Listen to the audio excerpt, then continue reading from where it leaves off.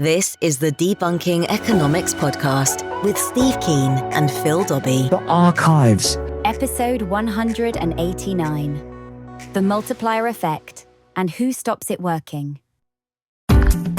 Economics is all about multipliers. You inject a bit of money in and we spend it. We give the money to somebody else who spends it. And so it goes on. Take some money out of the multiplier and it starts to spiral down the other way. But is it as simple as that? We look at the multiplier effect today on the Debunking Economics Podcast with Professor Steve Keen. I'm Phil Dobbie. So, Steve, this is the most fundamental of theories, isn't it? In economics, it's hard to argue against the basis of it. I mean, if you imagine there's two people in an economy, one of them discovers they've got some money in a shoebox and spends a proportion of it, their marginal propensity to consume, as it's called. That money goes to the other person. That person then spends a proportion of it back with the first person, and so it goes on. So we've got more money coming around. But of course, we've got to have an external source of money to create that in the first place, haven't we? If you didn't have that money coming in, then the money that's circulating would eventually dwindle, wouldn't it? Yeah, and this is, I mean, the whole idea of a multiplier. I think it was Richard Kahn, not Keynes, who first came up with the concept. And if you see how it's represented in textbooks, economics textbooks, what they draw is a graph with a vertical axis and horizontal, and a 50-degree line. Okay. And that 50-degree line is expenditure is identical to income along that point. So vertical axis is expenditure, horizontal is income, and then they show that there's the line of equality is the equilibrium line, and then what you have is a level of demand which cuts across that line at some point, and then you boost the demand up, and what you get is you iterate from the old demand curve up to the new one, across to the supply, and iterate up, and you rise up to the top, and you get a multiplier effect. That's where the term came from. So it was talking about a process that converged to equilibrium over time. So you can imagine how I feel about that. Yeah. But I mean, but it's not going to, over time, unless you've got to create stuff. There's got to be an injection. Yeah. And then obviously there's leakages. And then there's also the question of what is time. Because in that example, it's not as though it's instantaneous. I might have given some money to you. You might hang on to it for a year before you spend it. And the basic concept that money turns over. And money creation of money will not just create the spending out of that money, but additional spending afterwards. Completely happy with that. It's just putting it in an equilibrium framework, which was the mistake, as I see it. But for example, in the cartoon book that I've just written, which I hope I've put the script up on the Patreon website, but Miguel's now doing the illustrations, so the physical cartoon might take 6 months before he gets that finished.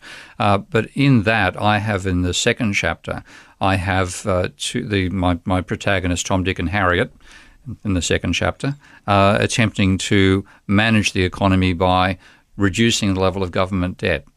And what they find, to their chagrin, is for each dollar they take out of the economy, the GDP falls by more than $2.50.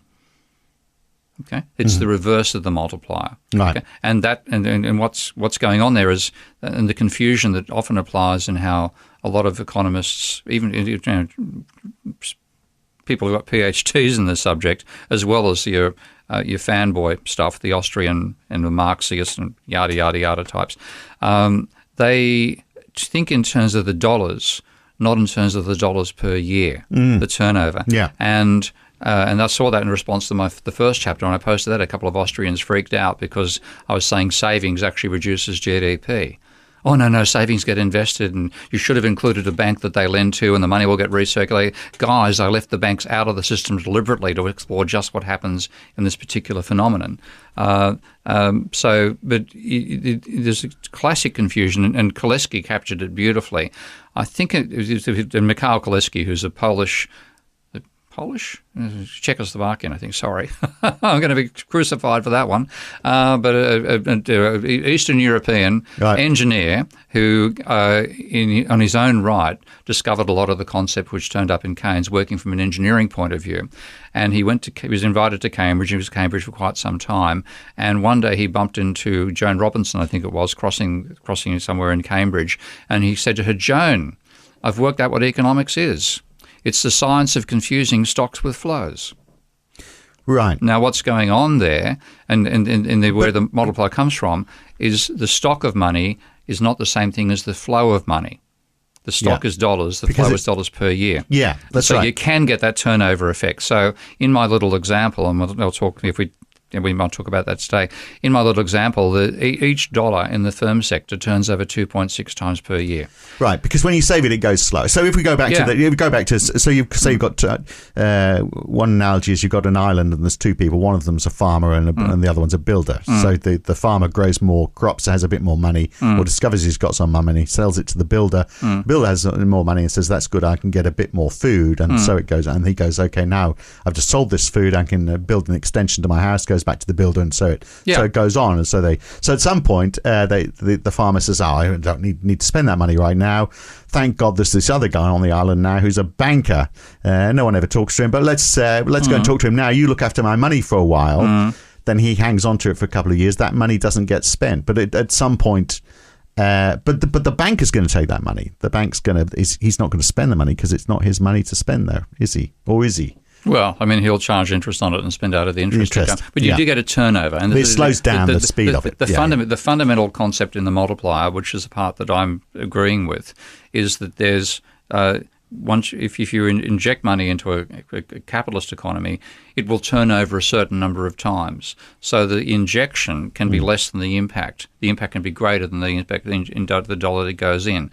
Equally, take a dollar out of a capitalist economy, its impact is not just the dollar coming out itself, it's how often the dollar would have turned over. Yeah. So you get an amplification of the input. The input is a stock. Okay, you're changing the stock of money by government policy. And that can be running a surplus, running a deficit.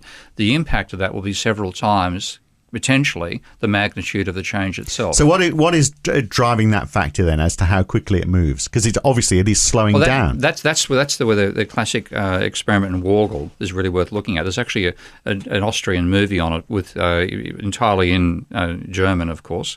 But the Wargel experiment, because the dilemma for the town of Wargel and everybody else in the 1930s was the Great Depression, massive unemployment. Germany copped an even worse level than the United States because the United States, Germany had funded itself by selling a large number of bonds to a large number of middle-class Americans, and then there was insistence that they repay that debt. And when they repaid that debt, you had a collapse in the money supply in Germany. Massive austerity led to the rise of a certain bloke with a funny mustache, and then ultimately, fascism and the Second World War. But before we got to that stage, in the town of Wargel, the mayor was facing 25% of the population out of a job, the misery of the Great Depression, and he decided to emulate Gazelle's idea of a currency which depreciated unless you spent it, and invented a script which could be used for paying your council rates. And buying, and the council would accept this in payment of rates.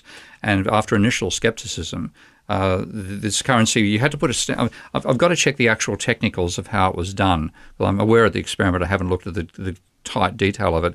But I think you had to put a stamp on the money for its circulation every week or so. Otherwise, it depreciated in value. So there's a number of stamps. I think unless the mini stamps were going on the certificate declined in value. So you were encouraged to spend. So as soon as you'd bought your groceries, the grocer would be out there. Sounds like an interesting theory, but absolutely impossible. It worked. It worked. So they did it. Unemployment fell to zero. Right. Okay, so it was a booming. So for the same input, you had more money circulating. Yeah, you were in forcing effect. a high rate of circulation. That was Gazelle's idea. Right. Emphasise the circulation of money over its hoarding. And what he saw, and this is again the insight. By hoarding, so getting back to this argument of it going to the bank, by hoarding, you're talking about sticking it under the mattress. Because what's wrong with that Austrian theory that if it goes to the bank is still going to spend it. It's going to use it to invest. The bank won't spend it. You see, you put it in a bank account and don't spend it. And if people carrying... But the argument would be the bank, and I know I'm saying this so you can argue against it, but the argument would be that no, the money goes into the bank, so the bank lends it out. So someone else has got the money. If anybody wants to borrow it, because when you have a crisis like the Great Depression, when there's too much private debt, which is what caused the Great Depression, like in America's case, private debt went from 45% of GDP to 100% between 1920 and 1930. And I've got one thing. But we're highly leveraged now. That's not happening now. I mean, banks are lending out money and people are using it. But not as much. The turnover, the rate of lending, is the rate of credit creation, which is the rate of new money coming out, has hit a wall in America at about 7% of GDP, and it's declining again right now. It's about 5%. But we're also not saving. So why the slowdown in circulation? The slow is because people don't want to borrow, people don't want to lend. And when you're after a debt crisis, that rate of turnover again drops. So if you put the money in a bank, the bank is not going to be particularly happy about lending it out because they're worried about not getting their money back. Borrowers themselves have already got too much debt. They're not going to borrow. So it doesn't get lent out. It doesn't compensate. And you have the Great Depression. So in that situation, the Wargall experiment would say, let's create a new form of money which is used locally, accepted locally, and just see what happens. And it worked. It was a booming economy because they focused upon the turnover. Okay. So what you got out of that was a very high rate of turnover. Couple of times the rate of turnover of the actual government-created money, and bank created money as well. So it's that turnover issue, right? And that's where the multiplier comes in. And that experiment drove unemployment to zero in that town. Now, so it's emphasising the importance of the means of payment, and what you have is people like money became a hot potato. Okay, it was only worthwhile if you spent it. If you hang on to it, it declined in value. Whereas if you the standard currency, you put it in a bank, it remains the same value, and we think that's a good thing. You get the Austrian and the Goldbug obsession about maintaining the value of the currency. What that means is people do what the hashtag for the Bitcoin world, HODL. They think, what the hell does it stand for? Hold on for dear life. Okay. Now, you hold on for dear life. You don't spend. If you don't spend, you don't have a currency. Yeah, and and that's and in that sense, Bitcoin itself, I think, is the extreme end of the failure of conventional currencies, where people focus upon the store of value as opposed to the means of payment. Turnover doesn't occur, and you have the economy stultifies. So the economy stultifies as well, of course, if there's nothing being pushed into that multiplier, if there's nothing being created. So doesn't that answer the question as to, because the input has to be you have produced something and that's created more money. So doesn't that mean that the demand, we're being supply-led rather than demand-led? Well, this is the fantasy of mainstream economics, that it's all about supply. It's a supply-led view of the economy. Because of that, because that's what's going into the multiplier. You've supplied something else. You're mixing up your supplies here. You're thinking supply of money. Okay? No, but it's come because you've created something which you've sold. No, it has. Right. And this is what comes first: the dollar or the widget. Yeah, and. The widget doesn't even get manufactured in the first place if you don't give dollars to the entrepreneur to turn the idea into a product. And this was that's why I find one reference I highly recommend people to read to get a dynamic vision of capitalism is Schumpeter's The Theory of Economic Development. And what he argues is that capitalism, the reason capitalism is such a successful social system is that it encourages innovation. But innovation, he did what you should do in making assumptions. He made assumptions that made it harder for him to make his case. So his assumption was the economy is already fully employed, so there aren't unemployed resources to take advantage of. Okay, so if you want to hire resources for some new project, you've got to take them away from somewhere else, which means you've got to offer them more money than they're getting at the moment. So it's difficult to get those new resources. Equally, he assumed an entrepreneur was somebody with a good idea but no money. So rather than saying it's Apple coming up with a new invention like an iPod, it's saying there's existing corporations. This guy in a back garage or gal in a back garage has invented this thing they call an iPod and wants to get money for it but doesn't have any money themselves. So how do they get the money? They've got to go to a bank and get a loan of the money, and the bank then creates credit, and that credit demand enables an entrepreneur to turn an idea into something real. So in that sense, the ideas may exist, okay, but for them to actually be turned into something real, you need money because you've got to buy resources to get them from somewhere else. Yeah. So the primacy comes on the creation of the money in the first instance. So if going back to this case where we've got the desert island, there's only two people and plus the banker who no one talks to. You've got the farmer and the builder. The money. That initial £100 or whatever it was has gone through its whole dwindling process over whatever period of time. Yeah. And then the farmer says, I need to, or the builder probably, I need to create more money, so I'm going to create a new product. Yeah, make more money not create more money. That's the But I'm bank's going to role. create the product to make more money. Yeah, but then where's the money going to come from? You've got to Because the farmer hasn't got any. Yeah. Yeah, Capitalism is fundamentally a monetary system. And this is the neoclassical vision, and it goes right back to Jean-Baptiste Say, is to ignore the monetary side and say that money plays no important role in capitalism. Garbage. It's a monetary system. And if you read, I again recommend reading the primary work that Say is still known for, called The Catechism of Political Economy, which he wrote as a sort of dialogue between himself as an intelligent person and some dumbo asking questions. Maybe like a radio show, never know. No, that would never happen. I owe you a beer for that one. But that was the vision that Dumbo asking questions. I know, what a bastard. Goodness sake.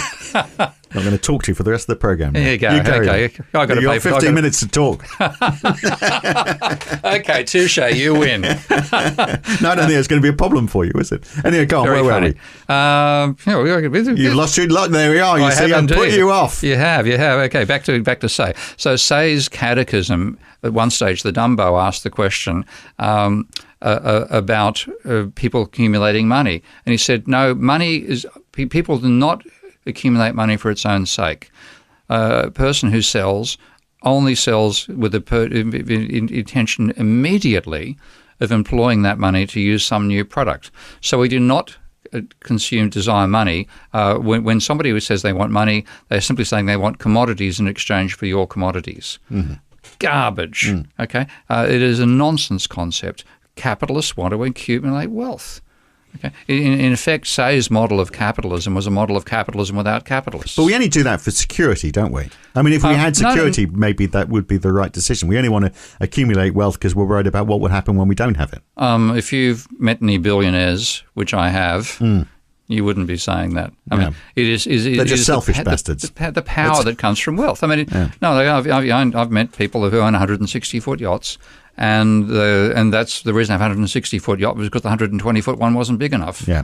Okay. And he still kept. So greed. It ignores greed. It greed, power, and the hierarchy thing again. Okay. Yeah. So that is part of the nature of humanity expressed through capitalism. It's been part of the nature of humanity expressed through feudalism and slave societies before that. So, right. Which gets us on to the next question then, which is about the role of tax in all of this. Because of course you can try and counter that with tax, probably not that effectively because you're talking about such a huge amount of money. But if you look at, I mean, this is why governments are concerned about tax. Tax in that multiplier takes the money out. So if you've got those two people again without tax, that's fine. They pass their money backwards and forwards and get this dwindling effect from that initial $100 or $1,000 or whatever it was. If someone comes along and says, I'm on the island now, I'm the government, give that money to me, and I'm going to squander it, whether they do or not, this is another question, then that takes money out of that. So the money that's being passed forwards, that capacity to spend between those two people is reduced on each transaction because of that tax. So that's why governments say, we don't want to tax too much because they think it slows down the economy. Income tax is only a fairly recent phenomenon. I mean, again, your point in a previous podcast about the Bank of England being private until 1946. I wasn't aware of that. I thought they were effectively a government body since the 1800s. So in terms of income tax, we take it for granted that income tax has always existed, but really income tax only began, I think, after the Second World War. Certainly maybe after the First, but I think it was the Second World War before income tax became But it has a dwindling effect on the multiplier, doesn't it? It does, because if you look back in the 1800s, the scale of government in America, and I think also in the UK, was of the order of 10% of GDP, 5 or 10%. So you could finance government expenditure in terms of creating, taxing. You could do excise tax. That was enough. Okay, you didn't need income tax. Now, once you got to the stage of the scale of the great spending during the Great Depression, when, like, they're talking about the American economy, the New Deal involved the government running a deficit equivalent to roughly 5% of GDP for 3 years, and then you had the electrification schemes, all that sort of jazz. Then the gearing up for the Second World War, which was, truly huge. I mean, the deficit, and I know this one for the UK rather than America, the government deficit in 1940 in the UK was 40% of GDP.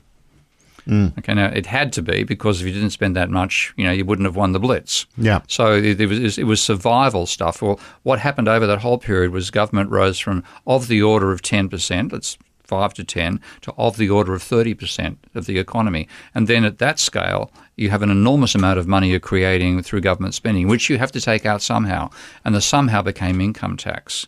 And if you go back to the 50s and 60s, income tax was, reached marginal rates of 99% or 100% over here in the UK. That's why the Beatles were complaining about it, and people would do tax dodgers started to build up, and you had an enormous evasion of income tax, and now income tax is falling only on those who can't evade it, which is fundamentally the working class and the middle class, and the rich are evading it. It's a very unpopular way of taking money out of circulation. But it doesn't, but does it take it out of circulation? Because the government, but going back to our island again, that man who says, hello, I'm from the government, let me take some of that money. Of course, he's got to spend the money as well, hasn't he? He might just say, well, okay, I'm going to build a... Not if their decision is to try to run a surplus. Right, That's what they're trying to do. They actually are taking money out of circulation. So you have a real dilemma. And this is one of the advantages of modern monetary theory, is a way of framing the whole discussion. Because if you think the government has to tax in order to spend, then it's really important to tax, okay? And the spending is then financed by the taxation. And if the taxation is high enough, the spending has to fall. If you say government spending actually creates the money the rest of us exchange, and the real dilemma is that if the government created 30% of the money supply every year and didn't try to take some of that money out again, you'd have runaway inflation and bubbles, current account deficits, et cetera, then you need to find some way of taking the money out of circulation. Now, what we're stuck with is we had a mode of taking it out of circulation which we invented, say, 50, 60 years ago, the income tax, which now, if you evade the income tax, you accumulate money that's been taken away from other people, and your wealth rises because you're not paying your fair share. And that's what we've actually seen. So that money is not in circulation. Not in circulation. Or not as fast, anyway. You take it offshore, the Cayman Islands and effects like that. So you have to find either a way of taking the money out of circulation or a way of paying money back in or creating some other form of exchange mechanism which obviates that tendency. And my feeling is that income tax has become so ineffective, it's putting all the burden of taking money out of circulation on the middle class and the working class, leading to them being in favour of right-wing ideologues as they were going to reduce your tax burden, et cetera, who end up doing it for the wealthy rather than for the... So I would rather have a transactions tax, something that just took the money out of circulation in the process of circulation. But do we need to take anything out of circulation? If we work on the basis that governments can create money... But then you'd just have rampant inflation. Right. That's the MMT case is you can't allow the government to spend without taxing, because it would be, given the scale of government... So the government, but if the government spends up to a point where they create inflation, do you need to... so that everything they're creating is extra money supply. I guess they're not going to have enough money, are they? Well, and the thing is, if you look at the governments were between 30% and 50% of the economy. Yeah. If you financed all of that for new spending, then you'd have 50% added to the money supply. You've got to take into account the circulation of money. But something. Well, your initial injection would be of that scale, and that simply just doesn't work. You've got to take the money out of circulation somehow. The question is, if somehow we designed back in the 50s. Is not effective anymore because the wealthy can evade it. They've got the offshore tax havens, and they can afford the accountants who can do the exploit all the loopholes in the tax. So even if they pay tax, they pay far less on average than the middle class do. So it becomes a real trap, and we that is one part of the capitalist system.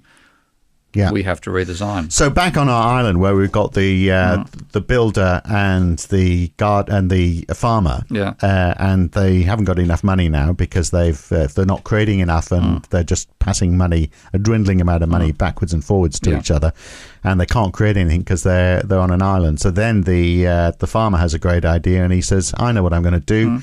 There's another island over there. They've got some money. I'm going to go and borrow some money from those people. Then we introduce debt into that equation, and that has that multiplier effect, of course. And so that becomes, a sugar hit that they quite enjoy. So I guess that it's logical. That's why we'd go down that road. So in doing my cartoon book, I've been, as well as inventing a fictional world, I've been tying into the real statistics. So there's lots of, you know me, lots of graphs and anything I facts. write. You rely on facts. Oh, damn me. Yeah.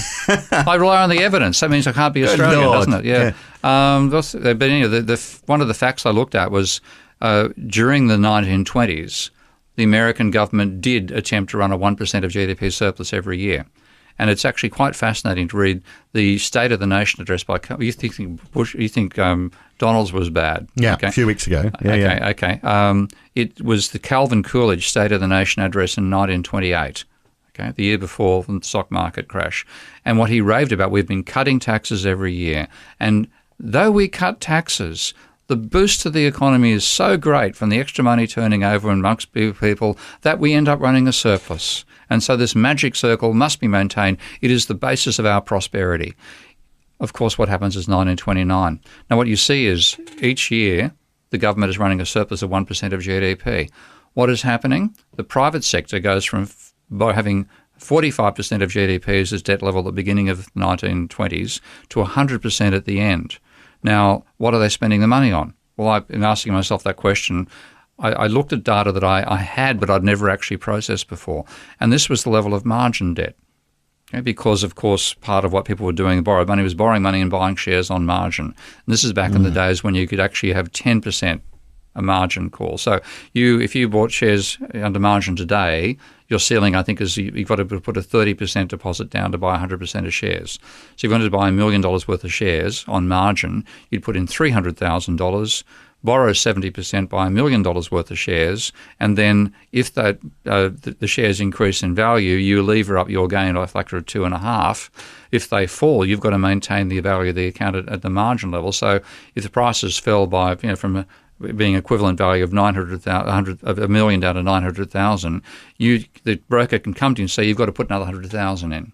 Okay? Now, back in the Great Depression, it was 10%. So you could put down $100,000, buy $1 million worth of shares. If those shares rose in value by 10%, effectively, not including your transaction cost, you double your money. Yeah. Okay. So that was the attraction. And you did it because of this fight for wealth and greed. But have a guess. I mean, I'm still recovering from seeing the data, because what I did was I had margin data from the New York Stock Exchange from the mid-50s through to today. And I realised that I had a database which I'd purchased back in my early days doing my PhD called the Global Financial Database, which I think is still a service on the web. And this guy had done his PhD by assembling all sorts of long-term data series and interest rates back to 1200 and stuff like that. He'd assembled margin debt data as well. So I thought, okay, I'll graph the margin data. It started, I think, in 1918. And I'll give you a clue. The level of margin debt as a percentage of GDP in the beginning of the 1920s was roughly 1%. Guess what it hit by 1930? No, 12% of GDP. It's just this most incredible up and then down to 0.5%. Okay, because all the margins got called in and people got wiped out. Yeah. So what happens if you do that? The sugar hit you're talking about in your island example, we speculate, we gamble on assets. Yeah. That's what we end up doing, and then we have a collapse coming out of that. Which is why. I mean, if you are, if you want to simplify economics, and you didn't get past page 1, where you had this nice diagram of a circle and money going in and going around and multiplying, with no concern about the speed at which that happened, because that starts to create complexity for it. And you thought, we don't want to tax because we don't want to stop that nice little circle going round and round and round. That is fine so long as you ignore debt. Yeah. Which is your big thing, isn't it? Really? Unfortunately. The moment you do, it just blows apart, that whole thing. Yeah. So the multiplier, the circulation of money, all these things matter. And we need to see them in a complex system approach and a monetary approach, not the equilibrium approach that dominated the pre-Friedmanite economics. And then after that, we've had this obsession with basically eliminating government money creation at all, eliminating the idea of the multiplier. Okay, that doesn't turn up in modern neoclassical economics. That's pre the Keynesian stuff. So, but Keynes was onto something. Okay, he was correct about the importance of the circulation of money. Well, I'm sure in your models you've got many multipliers, haven't you? They turn up, and it's pretty much the velocity of money turning up as part of the expression, because it's if you inject money into the economy, you're injecting in dollars. Yeah. Okay. Now the dollars, when they're injected, will be spent. The first person who receives them is spending them. or getting them as income. So that boosts their income that way. But then it becomes part of the money stock and it turns over as fast as the money stock does in that society. So you've got to include the turnover, that dynamic as well. And it can be done without the obsession, without needing even to talk about the term into equilibrium. And it's, to me, the marrying of the concept of the multiplier with the concept of equilibrium is what was the intellectual weakness that enabled the neoclassicals to take over. All right, very good. We'll leave you there. Great to talk, Steve. Catch you again very soon. Okay. I mean, the very idea that you can have some sort of feedback loop and that is going to find equilibrium rather than necessarily running away with itself is a bit of a strange concept, isn't it? Look, next time on the Debunking Economics podcast with Professor Steve Keen, we're going to look at US and China debt, in particular US debt. We can expect it's going to rack up even more and more. How long can growing government debt in the US exist for before we see any repercussions? That's next time on the Debunking Economics podcast with Professor Steve Keen. I'm Phil Dobbie. See you then. If you've enjoyed this podcast, then please share it with your friends, like it on YouTube, and subscribe to this channel.